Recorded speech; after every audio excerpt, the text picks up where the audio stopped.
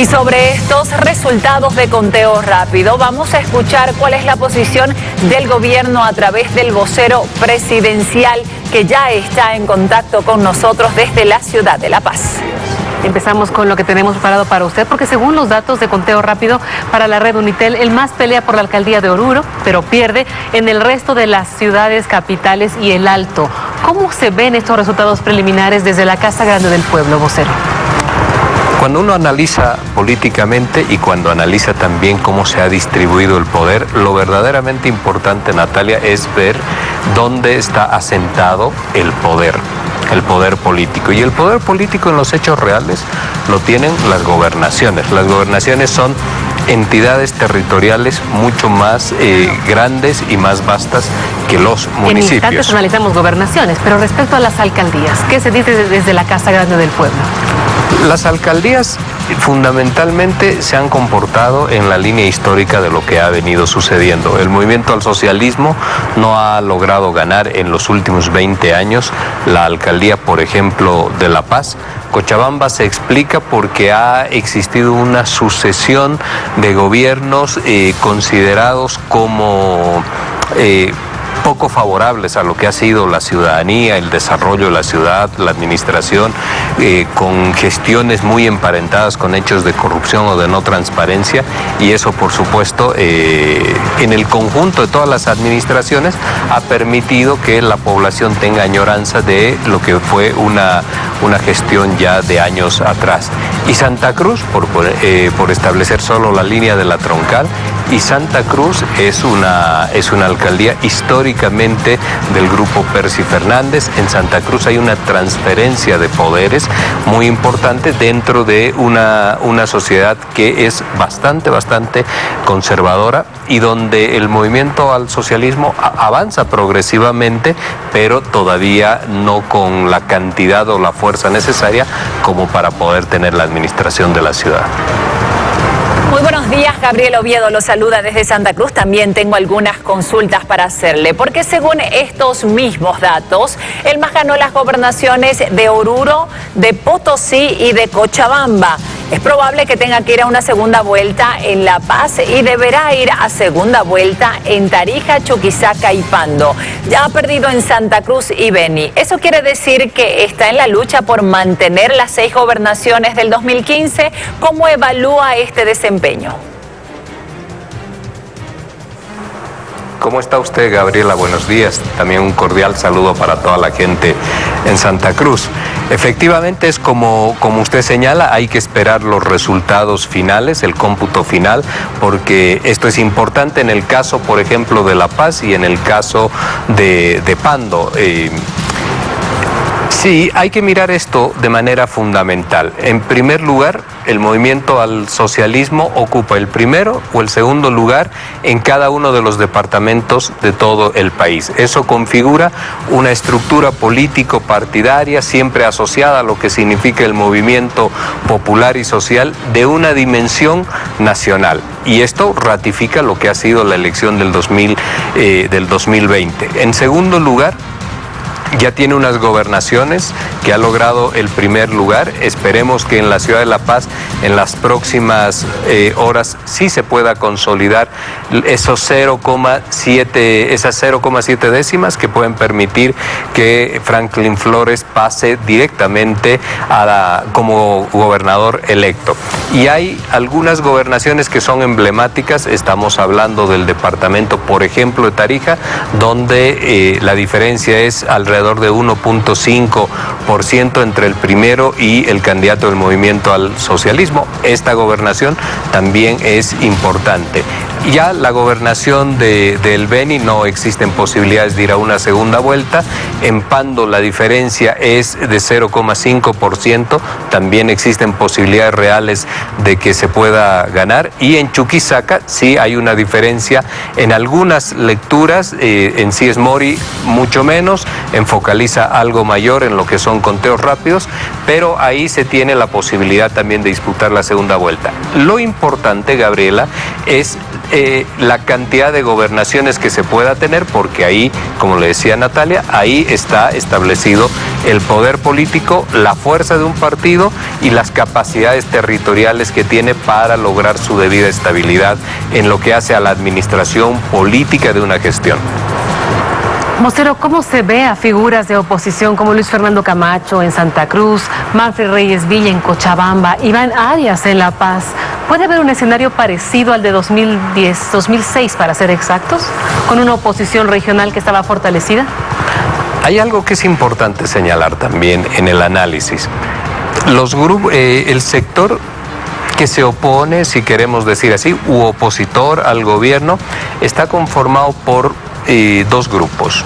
Un grupo que se puede llamar generador de consensos, que son actores políticos que hoy en día pueden acceder, hay que esperar los resultados finales, acceder, por ejemplo, a gobernaciones y con los cuales, por sus antecedentes, se puede trabajar en la generación de consensos. Un grupo entonces generador de consensos.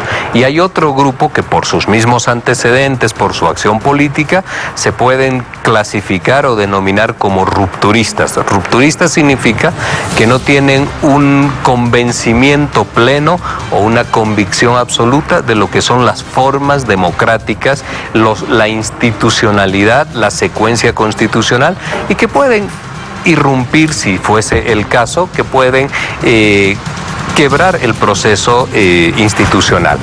En esta situación, el señor Luis Fernando Camacho, el señor Reyes Villa, el señor Iván Arias, entran dentro de esta clasificación de rupturistas. Ahí hay que observar fundamentalmente la gobernación, antes que las alcaldías.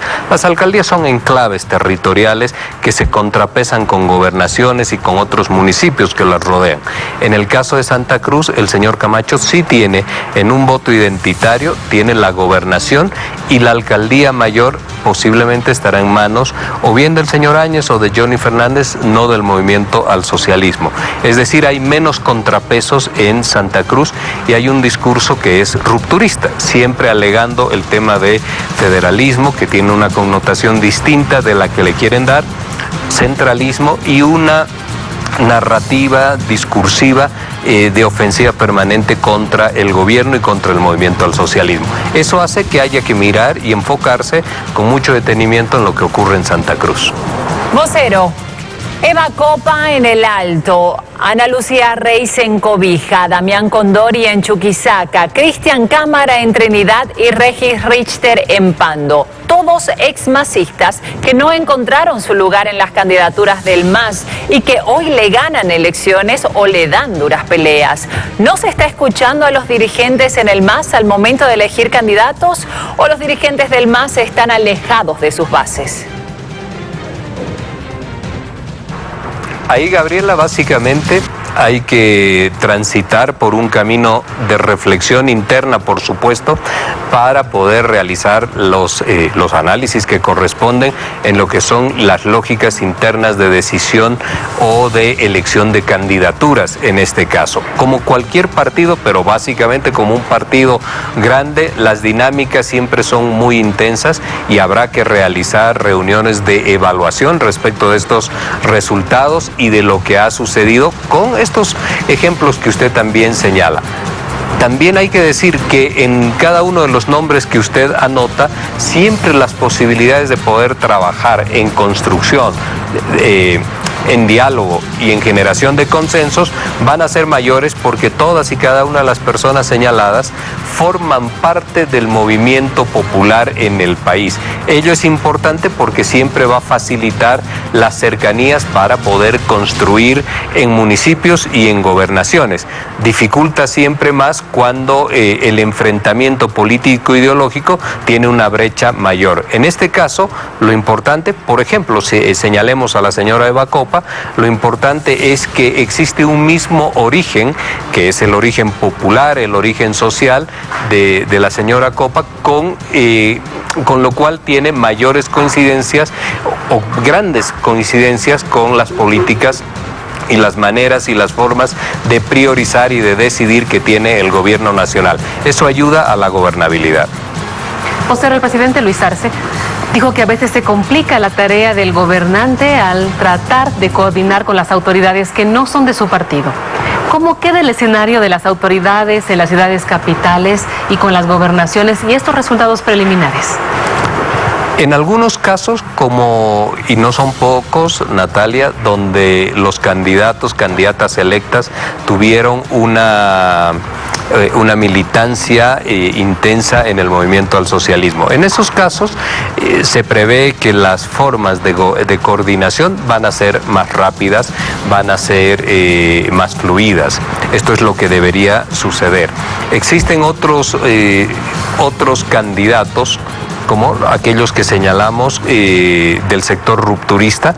Seguramente ahí hay que realizar mayores esfuerzos para tratar de buscar equilibrios y acercar los criterios distintos o diversos que se tienen. En esa línea básicamente la mirada está, ya lo conocíamos, tampoco no es algo extraño, es una reafirmación que han dado las elecciones. Los dos procesos electorales, Natalia, el nacional y el local, y los subnacionales del día domingo, han solucionado algunos aspectos y están dejando pendientes otros. Dentro de los pendientes están aquellas miradas que separan. La gobernación de Santa Cruz tiene un pensamiento, hay que ver ahora cómo transcurren los siguientes días la gestión del señor Camacho y también cuánta la voluntad para aceptar este diálogo y estas formas de trabajo conjunto que ofrece el gobierno nacional, muy independiente de que el pensamiento político sea absolutamente distinto. Esta es la realidad, que es un producto de la voluntad y la legitimidad que otorgan los bolivianos, y es un mandato de decir, señores, entre esa diversidad tienen que aprender a trabajar. El gobierno del presidente Arce ya lo ha hecho desde el 23 de diciembre con gobernaciones, con alcaldías que no responden a su línea política, pero que ha establecido diálogos, por ejemplo, para el tema del COVID-19. Vocero, a propósito de lo que usted decía, han ganado las elecciones candidatos que prometieron pacto fiscal y avanzar hacia el federalismo. ¿Cómo se ven estas reivindicaciones desde el gobierno? Pues rápidamente ahí, Gabriela, hay que decir algo. El tema del federalismo es una forma de organización política de los estados que tiene características que son absolutamente diferentes de las que se han venido enunciando en los últimos, si podemos decir, en los últimos 10 años en el país. El federalismo no puede significar bajo ningún concepto la preservación de espacios de privilegios políticos y de privilegios económicos afincados en determinadas instituciones locales. Eso no es federalismo, eso es simplemente lógicas de mantener los privilegios de ciertos grupos hegemónicos en una sociedad. Por supuesto que tenemos que tener siempre miradas y criterios amplios para poder discutir, debatir estos elementos. Seguramente en el momento en el que se planteen, el gobierno también va a establecer lo que son sus propuestas y sus miradas en la línea de lo que ha sido la conducta de muchos años respecto de lo que significa autonomía, federalismo, pacto fiscal. Pero hay que señalar esto, sí, Gabriela, de manera clara. El federalismo no es una forma de organización política para sostener únicamente privilegios en determinadas regiones o en determinados grupos sociales. El federalismo es una forma de gobierno de distintas autonomías mucho más asentadas, si ya se quiere, que puede permitir determinadas acciones de los gobiernos que son federales. Pero cuando esto tiene una referencia de privilegios para enfrentar a un gobierno que es unitario, como es el caso nuestro, el debate transita por otros lugares. Gracias, vocero, por acompañarnos esta mañana. Buenos días. No, Natalia, muchas gracias a usted y un saludo cordial también a Gabriela en Santa Cruz y buenos días a todo el país.